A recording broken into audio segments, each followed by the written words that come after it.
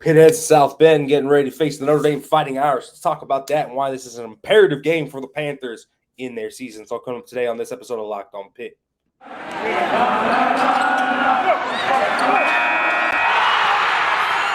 You are Locked On Pitt, your daily podcast on the Pittsburgh Panthers, part of the Locked On Podcast Network, your team every day.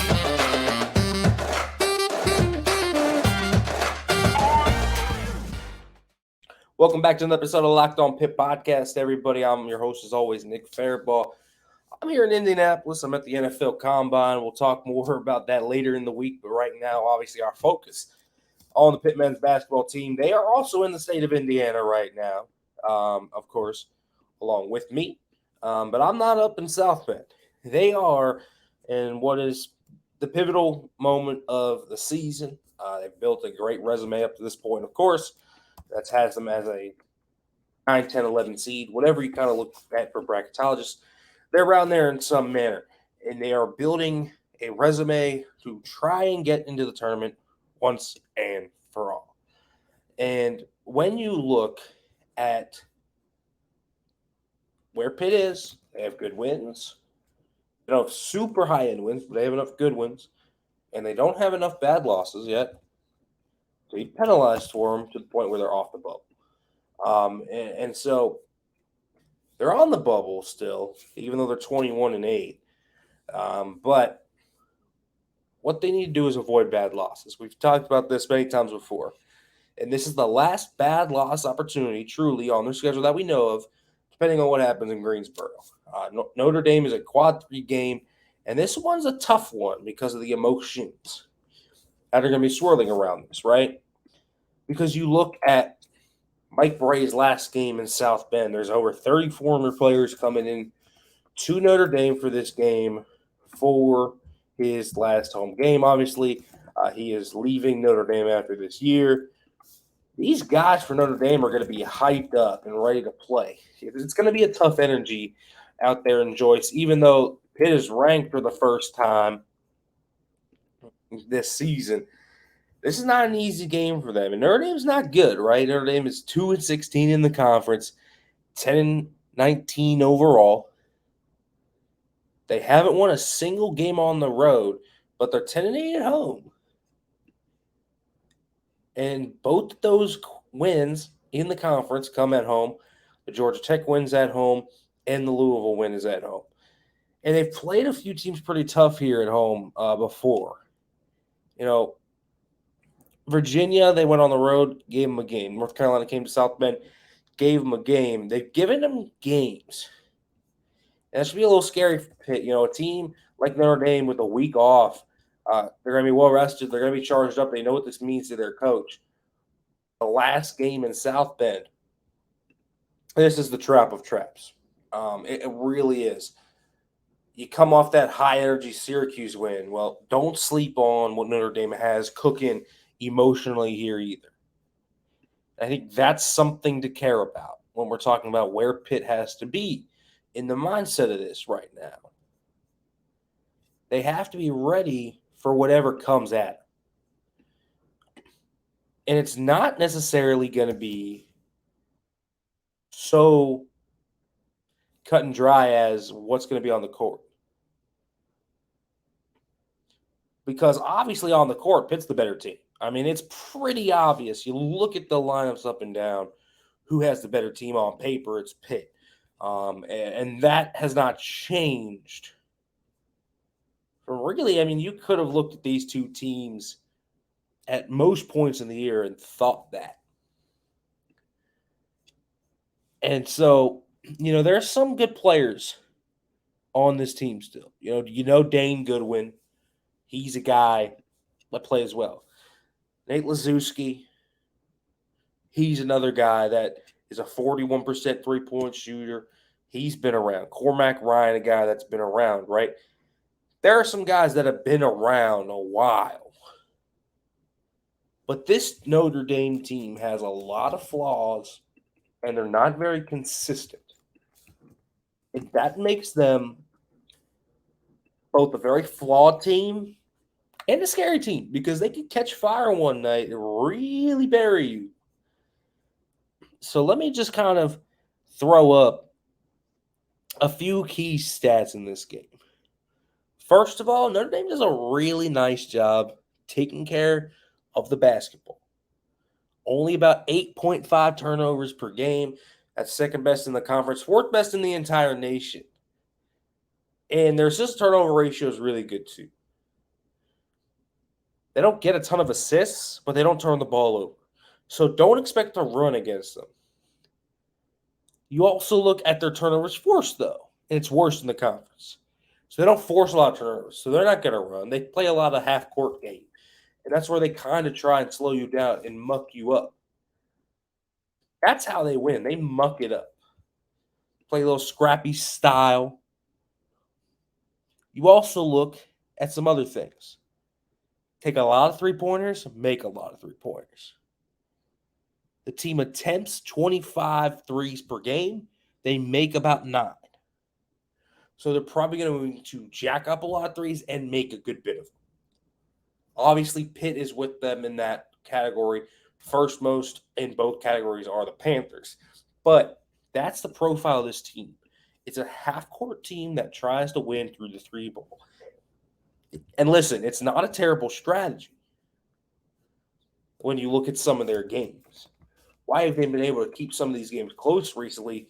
Because they made just enough threes and they played good enough defense. They don't have to be great on defense, but if they're decent on defense to slow down some of these teams, they're able to create an environment where it becomes a little bit tougher for you to pull away.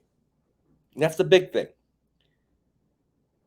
Because you look at the Virginia game, they only made 7 threes, but they turned the ball over just 8 times. And they played a really slow half-court game in that one. And they mucked it up. They won the rebounding battle, actually, against North Carolina. North Carolina only shot 23 threes in that game and only made 2. And so that was impressive. They're a really good perimeter D team in recent weeks. That is something that is really starting to come out about this team. Now, they went up against Wake, and Wake shot 12 of 33 from downtown. And Wake beat them by 10. So, Pitt's going to have a similar stat line here. Pitt's going to have to shoot the ball at a high level to make sure that if Notre Dame is not completely on in this game, they can't muck it up and really take away Pitt's biggest strength this season. And I want to keep talking about this game first. But folks, first want to let you know about FanDuel, because FanDuel is the official sportsbook of Locked On, and the midway point of the NBA season is here. And now is the perfect time to download FanDuel. It's America's #1 sportsbook. And folks, listen, new customers get a no-sweat first bet of up to $1,000. That's bonus bets back if your first bet doesn't win. All you have to do is download the FanDuel Sportsbook app. It's safe, secure, easy to use. You can bet on everything from the money line to points to scores. Really, anything you want is here on FanDuel. Pitt, of course, has a game tonight. So you want to talk about Pitt Notre Dame, right? Number 25 Pitt, -3.5. Their money line, -182. Over under 143.5. Want to put some props down on that game? Feel free to do so. And plus, FanDuel will even let you combine it for a bigger payout with the same game parlay. So don't miss the chance to get your no-sweat first bet of up to $1,000 in bonus bets when you go to FanDuel.com/LockedOn. That's FanDuel.com/LockedOn to learn more. Make every moment more with FanDuel, an official sports betting partner of the NBA. All right, let's get back into this Pitt Notre Dame game, of course, as it is a critical matchup for both teams in terms of energy for Notre Dame trying to send off the greatest coach in their program's history, and then Pitt, what the importance of this game is. We've talked about kind of what Pitt needs to do to avoid an upset already. and how they should win this and should take care of business. Well, now let's talk about why this is important. People will ask me, why have you been saying this game is so important? And there's a very key reason for that. I touched on it earlier. No more bad losses. It has built a resume of good wins. They've done the quality win part of it, but they have to do the avoiding bad losses part. You play 12 quad 3, quad 4 games in the ACC this year, and it can be very tough to avoid those. They have to do it again in this one. It's one last game. They have to tough it out one more time. If they win this game, I legitimately believe this. They are a lock to make the NCAA tournament. I have had comments over the past few days ask me, well, why are they not in yet, even if they're first in the ACC right now? The reason why is because the ACC is viewed as down, and it is down. Their predictive metrics aren't all that good, and they have that Florida State loss. That is exactly why, right now, at this exact moment, Pitt is a 10 seed and a 9 seed. And so you look at where Pitt is, where they can go from here. A loss puts them into a little too murky waters for my liking. I wouldn't want to be in those murky waters if I were Pitt. What I would want to do is win this game and largely guarantee yourself a top, first of all, top 25 probably in the second week. And then yet again, also clinching your tournament status. And that just allows Pitt to play with house money, allows Pitt to play loose. And if I were Pitt, I'd want to go into Miami as loose as I could possibly be, because I think that could actually give Pitt some very interesting qualities going down to Coral Gables.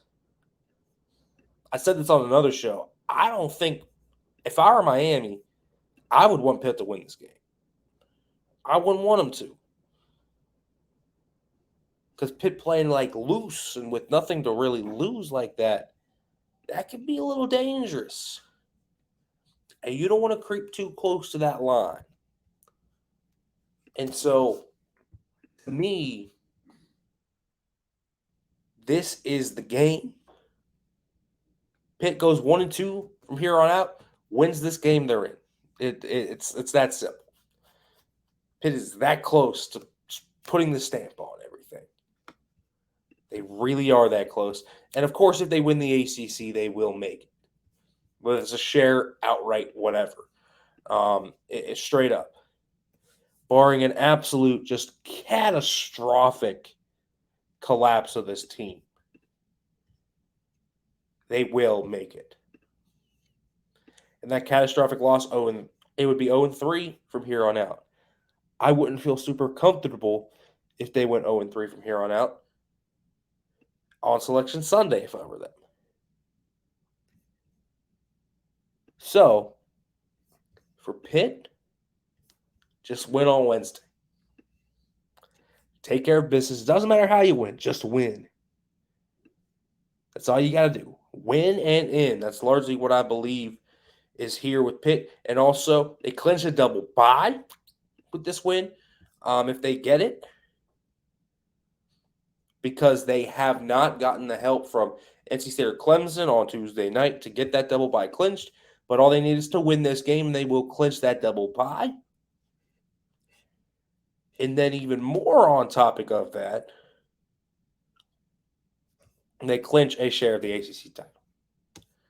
That's what a win means. It would be a historic moment in Pitt men's basketball history just because of the significance of it and what it actually brings to the team this year. And it would be an insane turnaround, but hey, no one expected it, and it's already been a crazy season for Pitt as it stands right now. No one expected them to be here anyways. So, where do you go from here? Just win. It's really that simple. And if they win, they're in. It is the most important game of the year. There have been many most important games of the year, and it's the most important game of the year because they got to avoid a bad loss. It's that simple. All right, folks, I want to keep talking about this, but we're going to go to a quick break.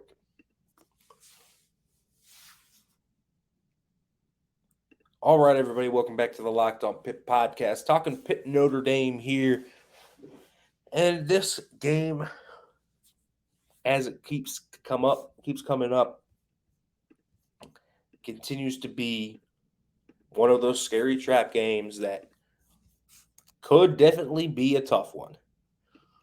You know, everyone is definitely looking at this game and saying, it's the trap game. It's the trap game. I think everyone had that circled. And for very good reason. I mean, it just makes sense, right? All the emotions, the team playing up again, all of it makes sense for this to be the game that Pitt could drop. And also, wouldn't be now that surprising if they lose to Notre Dame and then go on the road to Miami and win. I mean, that is pretty Pitt on brand to me.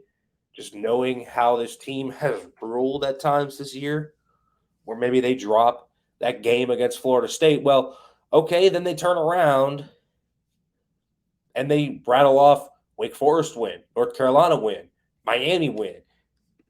Like, that is the type of team Pitt is. They're a weird team. And they're a team that's been mentally strong this year. And that's been to their benefit. And I think it's going to continue to be their benefit, even if they drop this one, because they have shown that fortitude to be a team that is resilient to those losses.